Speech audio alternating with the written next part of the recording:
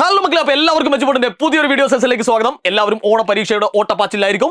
ഓരോ ടോപ്പിക്സുകളും പഠിക്കാനുള്ള സങ്കീർണമായിട്ടുള്ള ഒരു ഓട്ടത്തിലായിരിക്കുമെന്ന് വിശ്വസിക്കുന്നു. ഏതായാലും നിങ്ങളുടെ ശ്രമങ്ങൾ നല്ലൊരു മാർക്കിലേക്ക് കലാശിക്കട്ടെ, അല്ലെങ്കിൽ നല്ലൊരു മാർക്കിൽ എത്തട്ടെ എന്ന് ഞാൻ ആദ്യമേ പ്രാർത്ഥിക്കുകയാണ്. അപ്പോൾ മക്കളെ, എല്ലാവർക്കും ഒരിക്കൽ കൂടി നമ്മുടെ ഈ ഒരു ക്ലാസ്സിലേക്ക് സ്വാഗതം. അപ്പോൾ ഇന്ന് സാറ് ഡിസ്കസ് ചെയ്യാൻ പോകുന്നത് എലമെന്റ്സ് ആൻഡ് കോമ്പൗണ്ട്സ്, മൂലകങ്ങളും സംയുക്തങ്ങളും എന്ന് പറഞ്ഞിരിക്കുന്ന ഒരു ചാപ്റ്ററിലെ ആ ചാപ്റ്ററിൽ നിങ്ങൾ നിർബന്ധമായിട്ടും പഠിച്ചിരിക്കേണ്ട ടോപ്പിക്കുകളുടെ ഒരു ലിസ്റ്റാണ് ഞാൻ തരാൻ പോകുന്നത്. അപ്പോൾ ഈ ടോപ്പിക്ക് നിങ്ങൾ അല്ലെങ്കിൽ മനസ്സിലാക്കുന്ന സമയത്ത് നിങ്ങൾ എന്ത് ചെയ്യണം? കൃത്യമായിട്ട് അത് നോട്ട് ചെയ്ത് വെക്കണമെന്ന് ആദ്യമേ പറയാണ്.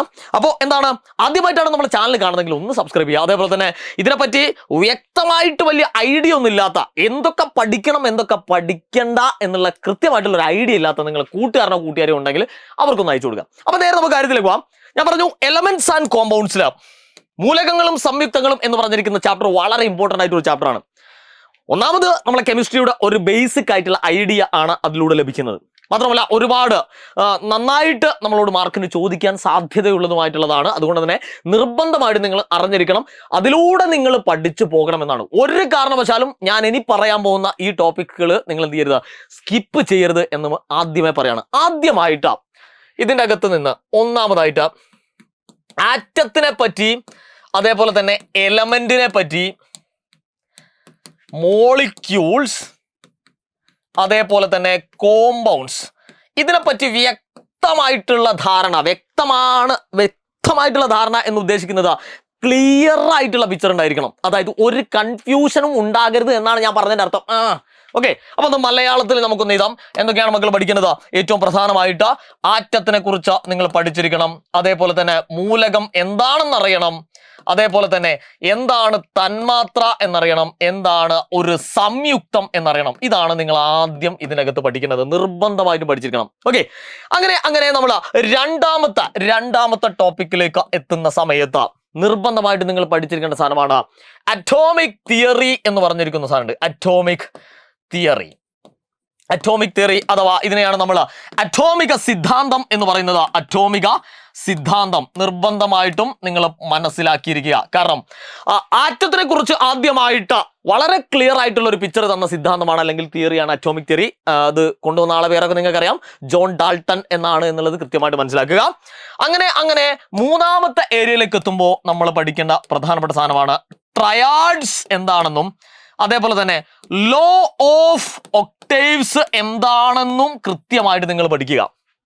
ഓക്കെ, അതായത് എന്താണ് ത്രികങ്ങൾ, ഡൊബെ റൈനർ കൊണ്ടുവന്ന ആ ഒരു പഠനമാണ് ട്രയാഡ്സ് അല്ലെങ്കിൽ ത്രികങ്ങൾ എന്ന് പറയുന്നത്. ലോ ഓഫ് ഒക്ടേവ് അഥവാ അഷ്ടക നിയമം എന്നാണ് പറയുക, അഷ്ടക നിയമം. ഓക്കെ, ഇത് കൊണ്ടുവന്നത് ന്യൂലാൻഡ്സ് എന്ന് പറഞ്ഞിരിക്കുന്ന സയന്റിസ്റ്റ് ആണ്. ഓക്കെ, കൃത്യമായിട്ട് മനസ്സിലാക്കി വെക്കുക.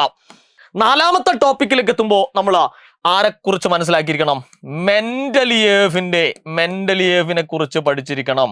അഥവാ മെൻഡലിയേവിന്റെ പീരിയോഡിക് ടേബിളിനെ പറ്റി ഒരു ചെറിയ ഐഡിയ ഉണ്ടായിരിക്കണം എന്നാണ് സാറ് പറഞ്ഞതിന്റെ അർത്ഥം.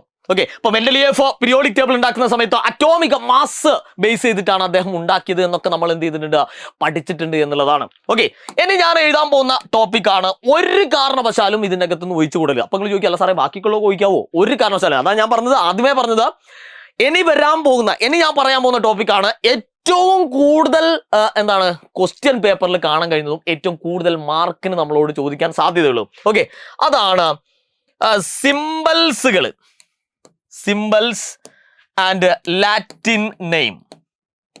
ഓക്കെ, സിംബൽസ് ചില ചിഹ്നങ്ങൾ അഥവാ പ്രതീകങ്ങൾ, ലാറ്റിൻ നാമം. എന്താണ് ഉദ്ദേശിക്കുന്നത് മക്കളെ? അതായത് നമ്മൾ ചില എലമെന്റ്സുകൾ, ചില മൂലകളൊക്കെ പഠിച്ചിട്ടുണ്ട്. അതിൻ്റെയൊക്കെ ഷോർട്ടുകൾ നമ്മൾ പഠിച്ചിട്ടുണ്ട്. ഇപ്പൊ ഹൈഡ്രജന്റെ H എന്ന് പറയും, ക്ലോറിന്റെ Cl എന്ന് പറയും, കാൽസ്യത്തിന്റെ Ca എന്ന് പറയും, ഫോസ്ഫറസിന്റെ P എന്ന് പറയും.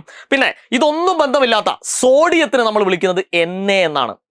എന്തുകൊണ്ടാണ് Na എന്ന് പറയാൻ കാരണം? സോഡിയത്തിന്റെ പേര് ലാറ്റിൻ നാമത്തിൽ നിന്നാണ് വന്നിരിക്കുന്നത്. സോഡിയത്തിനെ നാട്രിയം എന്നാണ് പറയാ. അതേപോലെ തന്നെ ഫെറം അഥവാ അയൺ Fe എന്നാണ് സൂചിപ്പിക്കുന്നത്. അപ്പോൾ ലാറ്റിൻ പദങ്ങളും അത്യാവശ്യം നമുക്ക് വേണ്ട മുഴുവൻ ചിഹ്നങ്ങളും പ്രതീകങ്ങളും നമ്മൾ നിർബന്ധമായിട്ടും പഠിച്ചിരിക്കുക.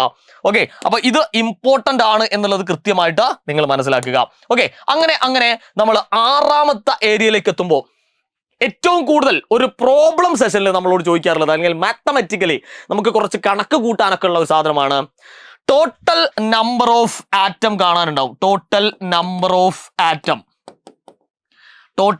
ഓഫ് ആറ്റം അല്ലെങ്കിൽ ആകെ ആറ്റങ്ങളുടെ എണ്ണം കാണാൻ നമുക്കുണ്ടാവും. ആകെ ആറ്റങ്ങളുടെ എണ്ണം. ഇതൊക്കെ കാണാനുള്ള അടിപൊളി ട്രിക്കുകളൊക്കെ ഉണ്ട്. ഇതൊക്കെ ഈസി ആയിട്ട് നമുക്ക് ഓർത്ത് വെക്കാൻ പറ്റുന്ന കാര്യങ്ങളാണ്. അപ്പൊ നിങ്ങൾ ചോദിക്കും, അല്ല സാറേ ഇതിൽ പലതും അറിഞ്ഞൂടാ. എടാ മക്കളെ പേടിക്കണ്ടടാ, നമ്മൾ അടിപൊളി ലൈവുകളൊക്കെ വരുന്നുണ്ട്. എജുപോർട്ടിന്റെ കിടുക്കാച്ചി ലൈവുകളൊക്കെ വരുന്നുണ്ട്. അതിലൊക്കെ നമ്മൾ ഇത് കാര്യങ്ങളൊക്കെ പറയും മക്കളെ. അപ്പൊ ഇത്രയും ടോപ്പിക്കുകളാണ് നമുക്ക് അടിപൊളിയായിട്ട് നമുക്ക് പഠിക്കാനുള്ളത്. ഇതൊക്കെ രസകരമായിട്ട് രീതിയിൽ നിങ്ങൾക്ക് എന്താണ് എളുപ്പം ഓർത്തു വെക്കാൻ പറ്റുന്ന രീതിയിൽ നമ്മൾ എടുത്തു വെച്ചൊരു സ്ഥലമുണ്ട്. എവിടെയാണെന്നറിയോ? എന്നാ പിടിച്ചോ, ക്ലാസ് 8ന്റെ സൂപ്പർ ബാച്ചിലാണ്. ചിലപ്പോൾ ഈ വീഡിയോ കണ്ടുകൊണ്ടിരിക്കുന്ന പല കുട്ടികളും ജോയിൻ ചെയ്തായിരിക്കും. ഞാൻ സംസാരിക്കുന്നത് ജോയിൻ ചെയ്യാത്ത കുട്ടികളോടാണ്. പലർക്കും എന്താണ് ഈ എക്സാം ഒക്കെ എടുക്കുന്ന സമയത്ത് ഭയങ്കര പേടിയാണ്. അയ്യോ സാറേ ഇതൊന്നും ഓർമ്മയില്ല, അതൊക്കെ മറന്നുപോയി സാറേ, എന്തൊക്കെയോ കുറെ പഠിച്ചിരുന്നു. മക്കളെ വളരെ റിലാക്സ് ആയിട്ട് സന്തോഷകരമായിട്ട് നിങ്ങൾക്ക് എക്സാം എഴുതാനുള്ള മുഴുവൻ ഐഡിയാസുകളും നമുക്ക് ഒരു കാര്യമുണ്ട്. നമ്മൾ ഈ കാര്യങ്ങളൊക്കെ സന്തോഷത്തോടു കൂടി നമ്മൾ മനസ്സിലാക്കി കഴിഞ്ഞാൽ മാത്രമേ നമുക്ക് സന്തോഷത്തോടു കൂടി പരീക്ഷ എഴുതാൻ പറ്റൂ. അത് കൃത്യമായിട്ട് നിങ്ങൾ മനസ്സിലാക്കുക. ഓക്കെ, ആ സന്തോഷം നിങ്ങൾക്ക് എവിടെ കിട്ടും? നമ്മളെ ക്ലാസ് 8ന്റെ സൂപ്പർ ബാച്ചിലുണ്ട്.